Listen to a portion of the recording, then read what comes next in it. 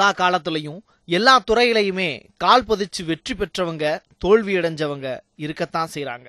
வெற்றியா தோல்வியா என்ற வார்த்தைகளுக்கு இடையே ஒரே ஒரு வாய்ப்பிற்காக போராடி கொண்டிருக்கும் பல பேர் நாம் வாழும் அதே வீதிகளில்தான் அவர்களும் பயணிக்கிறார்கள்.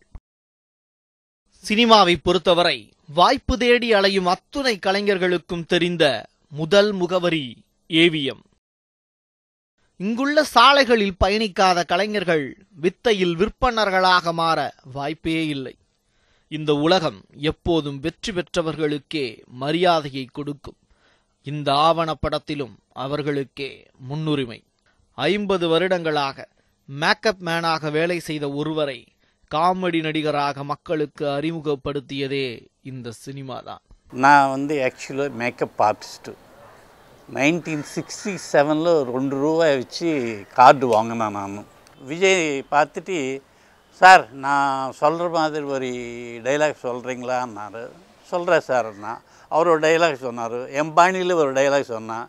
அவர் யோசனை பண்ணி கரெக்டுன்னு சொல்லி எனக்கு வாய்ப்பு கொடுத்தாரு. விக்ரமும் அனுஷ்கா எல்லாம் நடித்த படம். அதில் டாக்டராக பண்ணான். லாயர்கிட்ட டாக்டர்கிட்ட பொய் சொல்லக்கூடாது, ஆனால் டாக்டரு லாயரு பொய் சொல்லலாமேன்னு பெரிய ஹிட் ஆச்சு. அங்கேருந்து என்னை தொடர்ந்து கேரக்டர்ஸ் வர ஆரம்பிச்சுது. கஷ்டப்பட்டு வேலை பாரு, இஷ்டப்பட்டது உன்னை தேடி வரும் அப்படின்னு இவர் சொல்லக்கூடிய குரல் எல்லாருக்கும் பொருந்துமா அப்படின்னு கேட்டால் அது ஒரு கேள்விக்குறிதான். கஷ்டமோ நஷ்டமோ இந்த ஃபீல்டு நம்பி நாங்கள் இருந்தோம். இப்போ வர்ற மேக்கப் மேன்ஸ் கூட நான் சொல்கிறது என்னென்னா, கஷ்டப்பட்டு வேலை செஞ்சேன்னா எப்போனா முன்னுக்கு வரலாம். சும்மா ஓபி அடிக்காமல் நல்லா வேலை செஞ்சு நல்லா இருந்தாங்கன்னா எல்லோரும் முன்னே வரலாம், நல்ல பேர் சம்பாதிக்கலாம். திரையில் வரும் ஒரு நடிகருக்கு மேக்கப் மேனும் சிகை அலங்காரம் செய்பவரும் முக்கிய தேவையாகிறார்.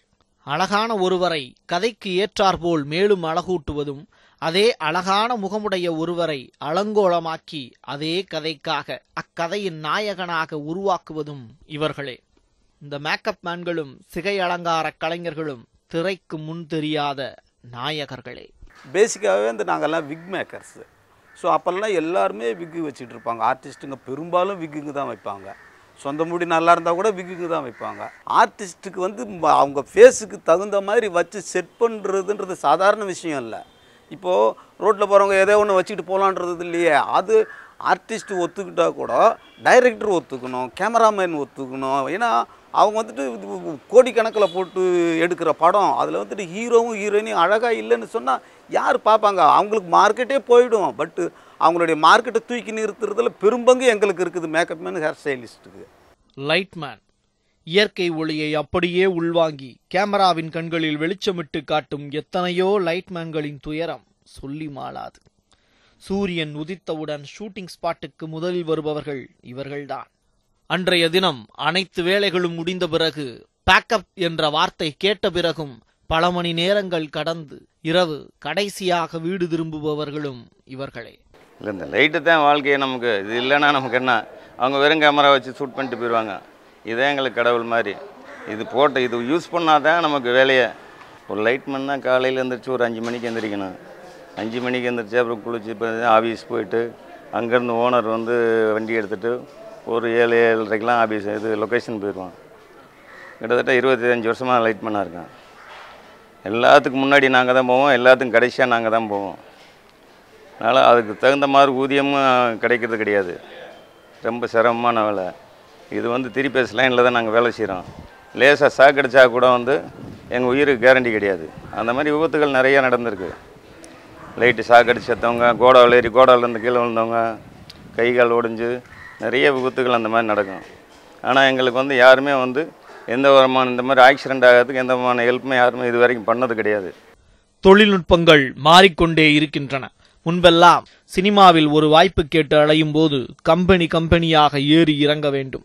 ஒற்றை வாய்ப்பிற்காக, அதுவும் ஒளிப்பதிவாளராக ஒரு இயக்குனரிடம் பணியாற்ற கடுமையான உழைப்பு தேவை. உழைப்பு ஒரு பக்கம் இருக்கட்டும், சினிமாவை பொறுத்தவரை ஒவ்வொரு துறைக்கும் தனிப்பட்ட முறையில் யூனியன் உண்டு. இப்போதெல்லாம் வாய்ப்பிற்காக தினந்தோறும் கலைஞர்கள் காத்து கிடப்பதில்லை. கிடைத்த வேலையை பார்த்து கொண்டு நினைத்ததை அடைய அவர்கள் முயற்சித்துக் கொண்டிருக்கிறார்கள். வாய்ப்பு வரும்போது வரட்டும், அதுவரை 3 வேளை சோற்றுக்கு வேறு ஏதாவது வேலை தேடும் இளைஞர்களும் இருக்கத்தான் செய்கிறார்கள். முதல்லாம் வந்து நாங்கள் அசிஸ்டண்ட்டாக வந்து ஒரு கேமராமேன்ட்ட ஜாயின் பண்ணோம்னாலே அவர் வீட்டு வாசலில் போய் நிற்கணும், நாள் கணக்காக நிற்கணும். அவர் எப்போயாவது ஒரு தடவை தான் பார்ப்பார். பார்த்ததுக்கப்புறம் அவர் ரெகுலராக அந்த பையன் நம்ம வீட்டுக்கு வந்துக்கிட்டு இருக்கானே அப்படின்னு அப்புறம் கூப்பிட்டு என்னன்னு கேட்பார். கேட்டதுக்கப்புறம் என்ன படிச்சிருக்க, எந்த ஊர்லேருந்து வர்ற, என்ன இது. அப்போ நம்ம சொன்ன அப்புறம் சரி ஓகே இந்த படம் விட்டுரு, அடுத்த படத்துக்கு அடுத்த படம் வா. அது வரைக்கும் ஒரு 2 months 3 months வெயிட் பண்ணணும். அப்புறம் கொஞ்சம் கொஞ்சமாக கஷ்டப்பட்டு சாப்பாடு கூட சிரமப்பட்டு அப்போ சரியான சம்பளங்கள் இருக்காது. ஒர்க் பண்ண முடியாமல் கொஞ்சம் வேறு ஜாப்லாம் போய் ஒர்க் பண்ண நிறைய ஃப்ரெண்ட்ஸ் இருக்காங்க.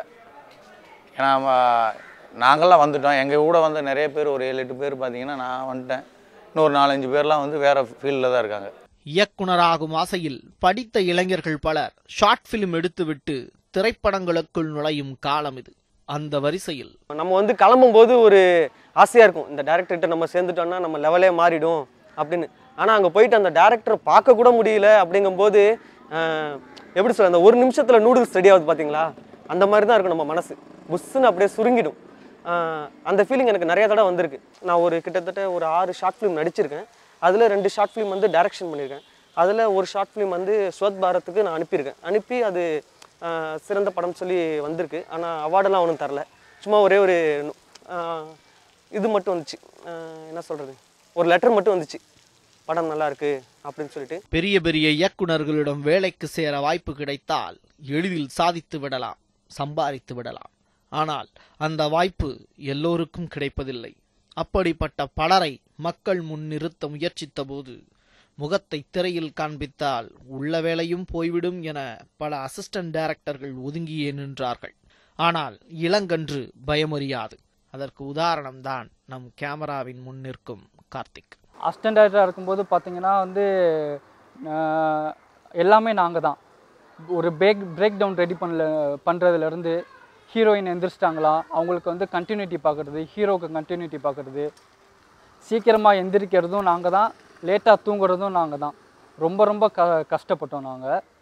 அதுவும் தொடர்ந்து ஒரு 1 month 2 month ஷெட்யூல் போச்சுன்னா ரொம்ப கஷ்டம். வீட்டை விட்டுட்டு நாங்கள் வந்து வேலை பார்க்குறோம். வீட்டில் நம்ம வந்து சொகுசாக வாழ்ந்துருப்போம். பட் அசிஸ்டன்ட் டைரக்டர் வந்து நீங்கள் யார்கிட்ட ஒர்க் பண்ணாலும் சரி ஒரு நாய் மாதிரி ரொம்ப இதாக ஒர்க் பண்ணணும், ஹார்ட் ஒர்க் பண்ணணும். இசைஞானி இளையராஜா, எஸ்பிபி, ஏசுதாஸ் பற்றி பேசவோ அவர்களை விமர்சிக்கவோ யாரும் தற்போது விரும்புவதில்லை. மாறாக அவர்கள் பாராட்டுக்கு மட்டுமே சொந்தமானவர்கள். அவர்களை எப்படி பாராட்டலாம் என்பதை யோசிக்க மட்டுமே நமக்கு அனுமதி உண்டு. ஏனெனில் அவர்கள் சாதனையாளர்கள். ஆனால் பாதி கிணற்றை தாண்டிய பிறகும் மீதி கிணற்றை தாண்ட வழி இல்லாமல் நிற்கும் கலைஞர்களும் சினிமா துறையில் உண்டு. அந்த வகையில் காற்றில் கரைந்து இதயத்தில் இடம் பிடிக்கும் இசையின் ஒரு பகுதிதான் கானா பாடல். கானா அது ஒரு ட்ரெண்ட். சென்னையில் ஆரம்பித்து ஒட்டுமொத்த தமிழகத்தையும் தன்பால் கட்டி போட்டிருந்தது வாழமீனு என தொடங்கும் கானா பாடல்.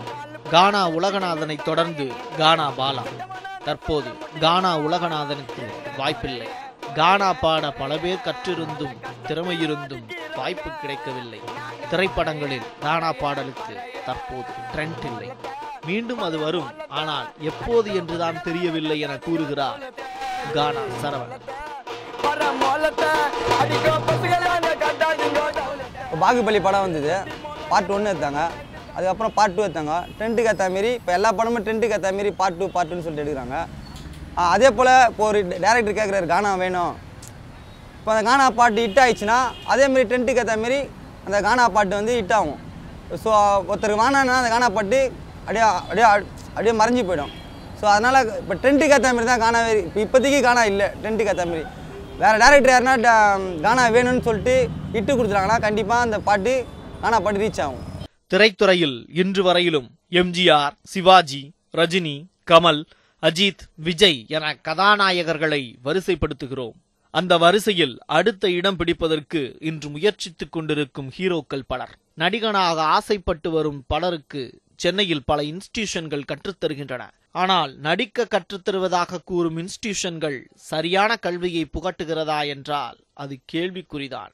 ஆக்டிங் கற்றுக்கணும், நீங்கள் வந்து ஒரு நல்ல இன்ஸ்டிடியூஷன் சஜஸ்ட் பண்ணுங்கன்னா நம்ம சொல்கிறதுக்கு ரொம்ப ரெஃபர் பண்ணுற அளவுக்கு இன்ஸ்டிடியூஷன்ஸ் இருக்கான்னு எனக்கு ஷுவராக சொல்ல முடியல.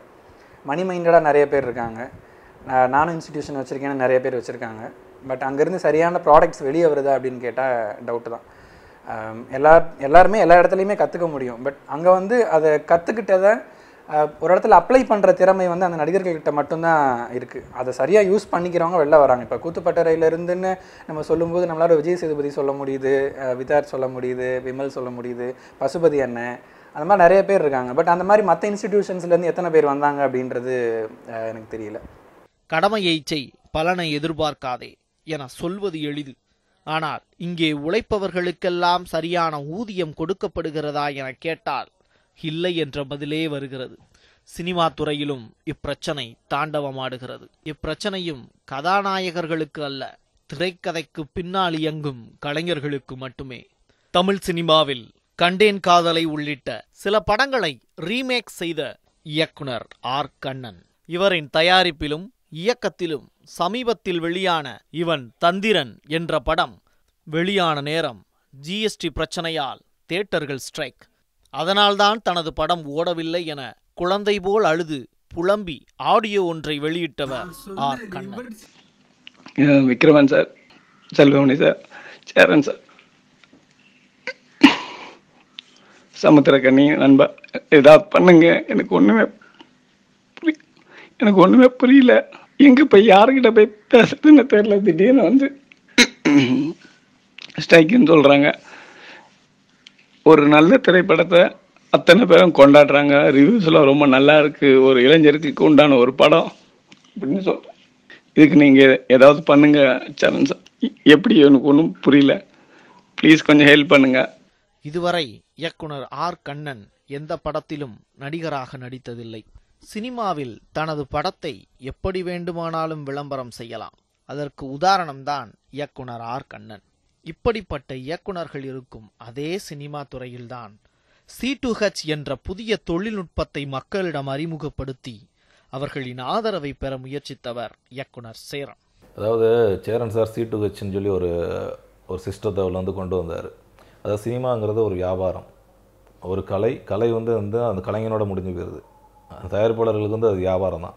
கலை இப்போ என்னை மாதிரி ஒரு இயக்குனர் வந்து ரசித்து பண்ணுறது வரைக்கும் அந்த கலை இருக்குது. அதுக்கப்புறம் வந்து அதில் இன்வால்வ் ஆகிற தயாரிப்பாளர் இருக்காங்க, அவங்களோட லெவல் வேறு. ஆனால் வந்து இது வெறுமனையாக பிஸ்னஸாக மட்டும் பார்க்குற தான் தயாரிப்பாளர்களோட ஒட்டு போட்ட காசு ரிட்டர்ன் வரணும், இதுதான். அப்படிங்கும்போது வந்து இந்த C2H மாதிரி வர்ற விஷயங்கள் உள்ளே வரும்போது அதை வந்து நம்ம வந்து வளர விடாமல் வந்து சப்போர்ட் பண்ணாமல் வந்து தவிர்த்தது வந்து மாபெரும் தவறு. ஆட்டோகிராஃப் என்ற அற்புத படைப்பை கொடுத்த அந்த நாயகன் C2H விவகாரத்தில் JK எனும் நண்பனின் வாழ்க்கை என்ற படத்தில் வருமான ரீதியாக தோற்றாலும் நிச்சயம் சேரன் தமிழ் சினிமாவின் நாயகனே. சினிமா என்பது இங்கே மாறிக்கொண்டே இருக்கும் என்பதை யாரும் புரிந்து கொள்வதில்லை. சினிமா தற்போது நெட்டிசன்கள் வசம் போய்விட்டது. நமக்கு மார்க் போடுவது அவர்கள்தான் என தெளிவாக கூறுகிறார் நடிகர் ஆரி. வெப் சீரிஸ் இப்போ ஹிட் ஆகிறதுக்கு நிறைய வாய்ப்புகள் இருக்குது. ஸோ அடுத்து வெப் சீரிஸுக்குன்னு தனியாக நிறைய நடிகர்கள் உருவாவாங்க, கேமராமேன்ஸு, டைரக்டர்ஸு, ஸ்கிரிப்ட் ரைட்டர்ஸு, இதுக்கு ஒரு போர்ட்டல் உருவாயிடும்.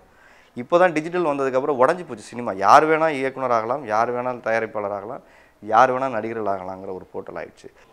இல்லை, இப்போ ரெண்டு விஷயந்தான். இப்போ நிறைய பேர் இப்போ நாங்களாம் வெளியில் போகும்போது எங்கள்கிட்டே மக்கள் கேட்குற கேள்வி தான், நாங்கள் தேட்டரு வந்து படம் பார்க்க வரணுமா இல்லை கேண்டீனில் சாப்பிட்றதுக்கு வரணுமாங்கிற ஒரு கேள்வியை அவங்ககிட்ட கேட்குறாங்க. ஏன்னா நான் கொடுக்குற விலை, டிக்கெட்டு விலை வந்து 120 ரூபா அப்படின்னு சொல்கிறாங்க. உள்ளே வந்தோடனே நான் ஒரு பாப்கார்னோட விலை மட்டுமே 100 ரூபாய் ஆகுது. அதுக்கப்புறம் நான் ஒரு பப்ஸ் வாங்குகிறேன், இல்லை அதுக்கப்புறம் நான் ஏதாவது கூல்ட்ரிங்க்ஸ் வாங்குகிறேன் அப்படின்னா அதுக்கு மட்டுமே ஒரு செலவாயிடுது. இப்போது எங்களுக்கெல்லாம் ஏன் தேட்டரு கிடைக்க மாட்டேங்குது? இந்த மல்டிப்ளெக்ஸ் வந்ததுக்கப்புறமா இந்த தேட்டரு கிடைக்காத ஒரு பிரச்சனைகள் வந்து அதிகமானது காரணம் மல்டிப்ளெக்ஸ் ஒரு காரணமாக இருக்குதுன்னு சொல்கிறாங்க இந்த ரிசர்ச் பண்ணவங்கலாம். பாப்கார்ன் ஏன் அந்த விலைக்கு விற்கிறோம் அது யோசிச்சு பாருங்கள். வெறுமனே அதை சம்பாரித்து ஒரு 20 ரூபா பாப்கார்னை 70 ரூபாய்க்கு விற்கிறதுல எனக்கு வர லாபத்தை வச்சு தான் நான் பிழைக்கிறேன்னு நினச்சா அது ஒரு தவறான கருத்து. காரணம் வந்து இப்போ ஒரு தியேட்டரில் 1000 சீட் இருக்குது. 1000 சீட்டுக்கு இன்டர்வல் வந்து 20 நிமிஷம். அந்த 20 நிமிஷத்தில் நம்ம 1000 பேருக்கு வியாபாரம் பண்ணணும். ஒரு பொட்டி கடை வச்சுருக்கோம், ஒரு ஆள் உட்காந்துன்னா 12 மணி நேரம் அவன் ஓட்டிடுவான். எனக்கு இந்த 1000 பேரை கேட்ட பண்ணுக்கு 25 பேர் ஆள் வேண்டியிருக்கு. அந்த 25 பேருக்கு நான் சம்பளம் கொடுக்கணும். அது எப்போவுமே ஃபுல்லாக போகல, சனி ஞாயிறு மட்டும்தான் ஃபுல்லாக போகுது. மற்ற நாளில் எல்லாம் 30 பேர் இருக்கான், 40 பேர் இருக்கான், 50 பேர் இருக்கான். ஆனால் இவன் ஆளை குறைக்க முடியாதுண்ணா. அதனால் எனக்கு ஒரு பாப்கார்ன் விற்றன்னா அது எனக்கு அடக்க விலை 60 ரூபா ஆகுது. 10 ரூபா தான் எனக்கு அதில் கிடைக்குது. அதனால் 70 ரூபா கூட விற்றுவிட்டான்னு பாப்கார்ன் மட்டும்தான் எல்லாரும் பிடிச்சிக்கணும். உலகம் பூரா சினிமாவுக்கும் பாப்கார்னு என்ன சம்மந்தம்னு தெரியல. இப்போ நம்ம ஊரில் தான் 120 ரூபா. நீங்கள் மதுரை வெளியில் திண்டுக்கல் இந்த மாதிரி ஊரில் போனீங்கன்னா அங்கே 200 300 விற்றுக்கிட்டு இருக்குன்னு சொன்னாங்க. இப்போ இது குறைஞ்சிருக்கா? இப்போ அவங்களுக்கு என்ன இருக்கும், நீங்கள் இந்த பிளாக்ல எவ்வளோ வேணால் விற்றுக்கலாங்கும் போது அது ஏறி இருக்கா இப்போ குறைஞ்சிருக்கான்னு குழப்பம் இல்லை. ஆல்ரெடி நான் 200 டிக்கெட் வாங்கியிருக்கேன்னா இப்போ இதில் ஜிஎஸ்டி வேறு நீங்கள் ஒரு 28% ஏறிச்சுன்னு சொல்கிறீங்க. அப்புறம் மாநில அரசு இப்போ 30% வந்து போட்டிருக்காங்கன்னு ஒன்று இருக்குது. இப்போ இது எவ்வளோ விளக்கிட்டாங்க, அப்போ எவ்வளோ குறைஞ்சிருக்கு. நான் 200 ரூபாய்க்கு நான் கொடுத்து வாங்கியிருந்தேன்னா அந்த டிக்கெட்டுக்கு மேலே எவ்வளோ ஆட் ஆகுதுன்னு தெரியல. அப்போ நான் 300 ரூபாய்க்கு போயிடுமா, இல்லை 300 ரூபாய்க்கு வாங்கினா 400 ரூபாய்க்கு போயிடுமா, இப்படி ஒரு பயம் இருக்குது இல்லையா. இது மக்கள்கிட்ட ஒரு பெரிய ஒரு குழப்பத்தை நிலவி இருக்குது. இப்போ என் படம் ரிலீஸ் ஆகுது, காலையில் 11 மணி ஷோ தான் கொடுப்பான்னா நான் ஆஃபீஸுக்கு வேலைக்கு போவேன்னா நான் வந்து தேட்டரில் படம் பார்ப்பேன். இப்போ ரஜினி சார் படம், கமல் சார் படம், விஜய் அஜித் படம் அப்படின்னு இருக்கும்போது அந்த மூமெண்ட்டுன்னு வச்சுருப்பான். அன்றைக்கி ஆஃபீஸ் லீவை போட்டு காலையில் வந்து 7 மணி ஷோவாக இருந்தால் நம்ம பார்க்கலான்னு வச்சுருப்பாங்க. இந்த அடையாளம் அங்கீகாரம் எல்லா நடிகர்களுக்கும் கிடைக்குதா அப்படின்னா கிடையாது. தியேட்டர் உரிமையாளர்களோ இக்குற்றச்சாட்டை முழுவதுமாக மறுக்கிறார்கள். சின்ன படங்கள் நம்பித்தான் நாங்கள் வாழ்ந்தாகணும். சின்ன படத்தும் போது எங்களுக்கு லாபம் கிடைக்காது. லாப நஷ்டம் எல்லாம் போனால் சரி, பெரிய படங்கள் வரையில் கிடைக்கிற அந்த லாபத்தை வச்சு தான் வருஷம் பூரா வண்டி ஓட்டுறோம். ஸோ சின்ன படம் நாங்கள் உயிர் வாழ்கிறதுக்கு சின்ன படங்கள் தேவையை போட்டுக்கிட்டு தான் இருக்கோம், தொடர்ந்து போட்டுக்கிட்டு தான் இருக்கோம். அதனால் சின்ன படங்களுக்கு தியேட்டர் கொடுக்கல, பெரிய படங்கள் மட்டும்தான் கொடுக்குறதுங்கெல்லாம் ஒரு தவறான கூற்று. இதை தான் நான் சொல்ல வரேன். சின்ன படங்கள் தான் தங்களை வாழ வைக்கின்றன என்றும் C2H மாதிரியான தொழில்நுட்பம் வந்தாலும் வென்றாலும் தங்களுக்கு கவலை இல்லை என்றும் கூறுகிறார் திரு அபிராமி ராமநாதன் அவர்கள். சார், விஞ்ஞான வளர்ச்சியை யாராலையும் தடுக்க முடியாது. ஓகே, அதனால் அவருடைய பொருள் வந்து ப்ரொடியூசர். அவர் C2Hக்கும் கொடுக்கலாம், டைரக்டருக்கும் கொடுக்கலாம், சேட்டலைட்டையும் கொடுக்கலாம், எங்கேயும் ஓட்டாமல் அவர் வீட்லேயும் வச்சுக்கலாம். எங்களுக்கு கொடுத்தாருன்னா ஓட்டுவோம். நீங்கள் இப்போ சொல்லக்கூடிய கருத்து வந்து எனக்கு எப்படி புரியுது அப்படின்னா, முடிஞ்சா ஓட்டிப்பாரு அப்படின்னு சொல்கிற மாதிரி இருக்கு. முடிஞ்சா ஓட்டிப்பாரு நான் சொல்லவே இல்லை. நான் யாரையும் சேலஞ்ச் பண்ணதே கிடையாது. எங்களுடைய நிலைமை எப்படி, அவங்க கொடுத்தாங்கன்னு தான் நாங்கள் ஓட்ட முடியும். முடிஞ்சா ஓட்டிப்பாருன்னு சொல்லவே இல்லை. பொருள் அவருது, எடுக்க வேண்டிய முடிவு வருது. இப்போ தியேட்டர் என்னது, எடுக்க வேண்டிய முடிவு என்னது, எந்த படத்தை போடணுங்கிற எடுக்கிற முடிவு என்னது, அதேமாதிரி படம் அவருது. அதனால் அவர் என்ன முடிவு வேணால் அவர் எடுக்கலாம். பொதுவாக ஒரு படத்தில் நடிக்கும் நடிகன் சண்டை காட்சிகளில் டூப் போட்டுக்கொண்டுதான் நடிப்பார். காரணம், சண்டையிட்டால் நிச்சயம் காயம் வரும். அந்த காயங்களை தனதாக்கி ரசிகர்களின் கைத்தட்டல்களை ஹீரோக்களுக்கு பெற்றுத் தருபவர் ஸ்டண்ட் ஆர்டிஸ்ட். இவர்களைத்தான் உண்மையில் நாயகர்கள் என சொல்ல வேண்டும். எங்கள் ஃபீல்டு 24 யூனியில் எங்கள் ஃபீல்டை பொறுத்த வரைக்கும் இது வந்து கொஞ்சம் ரொம்ப ரிஸ்கான ஜாப்பு. இதில் வந்து எப்படின்னா, நம்ம காலையில் வந்து நம்ம ஷூட்டிங் போகிறோம், ஈவினிங் நம்ம வந்து கரெக்டாக நம்ம பாடி நம்ம உடம்பை எப்படி கொண்டு போகிறோமோ அதே மாதிரி திருப்பி கொண்டு வரோமோ அப்படின்றதுல வந்து இதில் வந்து கேரண்டி கிடையாது, யாருக்குமே தெரியாது. ஷூட்டிங் நடந்துகிட்டே இருக்கும், 5 மணிக்கு ஷூட்டிங் பண்ணி 4:30 மணி வரைக்கும் ஹெல்த்தியாக இருப்பீங்க, நல்லா பண்ணிட்டு இருப்போம். இன்னும் ஒரு ஷாட் தான் அப்படின்னு சொல்லுவாங்க. அந்த ஒரு ஷாட்டில் உங்கள் கை கால் உடையிறதுக்கு வாய்ப்பு இருக்குது, உங்கள் உடம்புல வந்து அடிபடுறதுக்கு வாய்ப்பு இருக்குது. இதனால் வந்து இது வந்து கேரண்டியே கிடையாது. புத்தக்காட்சியில் நீங்கள் நடிக்கிறதுனால உங்களுக்கு எந்த சேதாரமும் வரப்போகிறதில்ல. அந்த பொண்ணு உங்கள் உதட்டை கடித்து துப்பி வெளியில் போட போகிறதில்ல, இல்லை நீங்களும் கடித்து முழிங்க போகிறது கிடையாது. நான் ஃபைட் சீனில் அந்த லாரியிலேருந்து இந்த லாரியில் குதிக்கும்போது முறையான வந்து எனக்கு சேஃப்டி இல்லாமல் நான் பண்ணும்போது என் காலை உடச்சிக்கிட்டனோ இல்லை என் முதுகெலும்பில் ஏதாவது ஒரு அடிபட்டினாலோ என் வாழ்க்கையே போயிடும், என் உயிரே போயிடும். சினிமாவில் ஹீரோயின்களுக்கு இருக்கும் பிரச்சனைகள் சொல்லி மாளாது. தமிழ் சினிமாவில் ஒரு பெண்ணாக நான் பட்ட பாடு என ஆரம்பித்தார் காக்கா முட்டை படத்தின் பிரபலம் சாந்திமணி பாட்டி. இளம் வயதில் நடிகையாக ஆசைப்பட்டு வந்த இவருக்கு 78 வயதில்தான் தமிழ் சினிமாவில் வாய்ப்பு கிடைத்தது. ஆனால் இவர் எதிர்பார்த்தது என்னவோ ஹீரோயின் வேஷம். ஆனால் இவருக்கு கிடைத்தது என்னவோ 78 வயது பாட்டி வேஷம். காக்கா முட்டை பாட்டி தான் இப்போ அந்த பேரே சாந்திமணி பேரே மாறி போச்சு. காக்கா முட்டை பாட்டி தான் இப்போ பட உலகத்துலேயும் காக்கா முட்டை பாட்டின்னு சொன்னால் தான் தெரியும், சாந்திமணின்னா தெரியாது. இந்த வயசில் இருக்கும்போது நான் ஹீரோயினியாக ஆசைப்பட்டேன், ஆனால் ஆக முடியல. இப்போ எனக்கு 78 வயசு.